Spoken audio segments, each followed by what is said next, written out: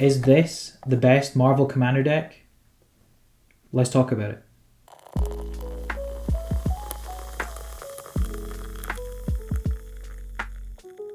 What's up everyone, welcome back to Magic in the Morning, where we discuss all things Wizards of the Coast, Magic the Gathering, and play games of Commander. So grab your Commander deck and your cup of coffee, and let's discuss the brand new Commander deck, Doom Prevails, as part of Magic the Gathering's crossover with the Marvel Universe. As somebody who's been excited about this crossover since it was released, I can't wait to strip this back, have a look at what's inside, and see what this Commander deck has to offer. Now let's crack this thing open. Right away, the packaging looks fantastic. Marvel, Wizards of the Coast, they've done well with this. Obviously you've got Doom and Loki on the front of it, two of Marvel's most iconic villains. And then inside as well, you obviously get the fold-out box so that you can store your Magic cards.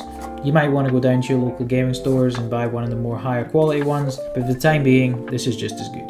Then of course, you get your 100 card Commander deck, a foil legendary commander, and also your double-sided tokens as well, which is really everything that we've come to expect from a Commander Precon. The only difference is that they don't give you the play boosters that they used to give you in the Commander decks, which is strange. You know, there was something fun about opening an extra pack when you got a Commander Precon, but it is what it is these days. Now let's take a closer look at our Commander, Dr. Doom. Dr. Doom has always been one of Marvel's most iconic supervillains, you know, and Wizards of the Coast have really captured that, you know, villainous attitude with the artwork on the front of this card, you know, with him sitting in his throne with his orb, you know, doing the things that Doom does. He's a legendary creature, which reads, whenever you discard one or more land cards, each opponent loses 2 life. At the beginning of combat on your turn, target villain you control gains menace until the end of turn. It also connives. Draw a card, then discard a card. If you discarded a non-land card, put a +1/+1 counter on that creature. I mean, Dr. Doom has always been one of Marvel's most iconic supervillains, and they've captured that well on the artwork on the front with him in his chair with his orb. You know, it's really, you know, showing the intimidating nature of Doom. Even before reading its abilities, this card just feels powerful. One thing I really appreciate about this card is that Doom's mechanics are really built around what he does in the comic books. Instead of making him another big attacker, this deck really takes advantage of planning, resource advantage, and gradually taking over the game. So what exactly is Doom Prevails trying to achieve? Unlike aggressive creature decks, this deck is really trying to take advantage of building value over several turns. You're generating resources, playing powerful villains, and building towards your biggest payoff turns. Rather than trying to eliminate one opponent at a time, you're really trying to position yourself so that you can control the entire table. It really does feel like you're trying to execute one of Doom's plans. As I'm flipping through the deck, there's immediately several cards that stand out, Loki's Scepter being one of them. When Loki's Scepter enters, gain control of target creature until end of turn. Untap that creature. Until end of turn, it becomes a villain in addition to its other types and gains haste.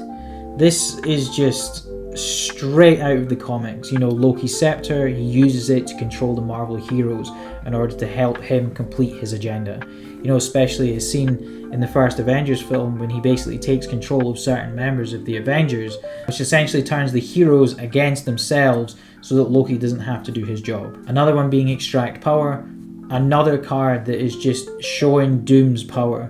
Look at the top card of each player's library, then exile those cards face down. You may play them without paying their mana costs for as long as they remain exiled. So essentially you're just taking over your opponent's board and using their cards against them. I really like how many recognizable villains have made it into this set.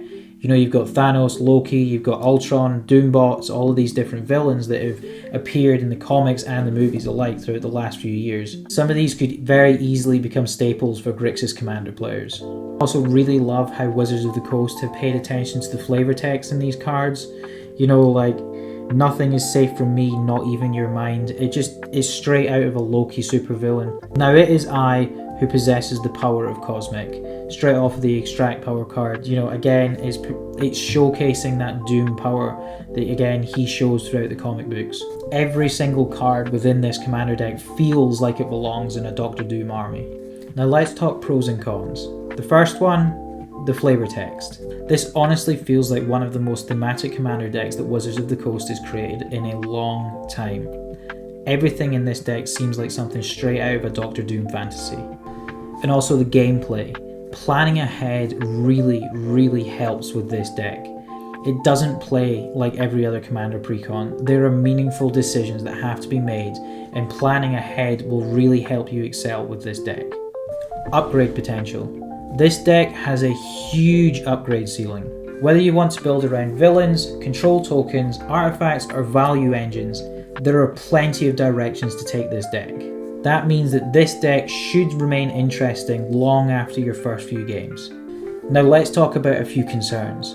Obviously, this deck is a long runner. You cannot play this deck early on and expect to win.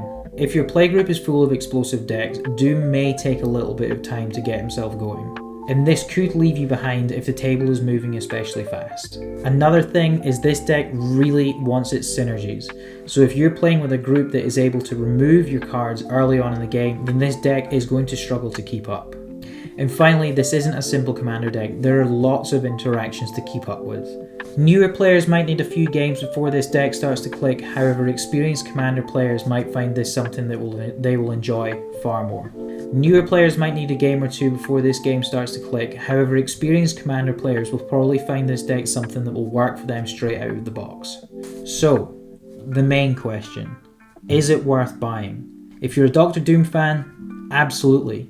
Your head will be in the game, you'll enjoy it far more because you're interested in what's going on. If you're collecting all of the Marvel decks, again, absolutely. It's always good to have a full collection. And if you enjoy slower value oriented commander decks that plan ahead, this deck will be for you. But if you're looking for a hyper aggressive deck that plays quickly, this deck just might not be for you.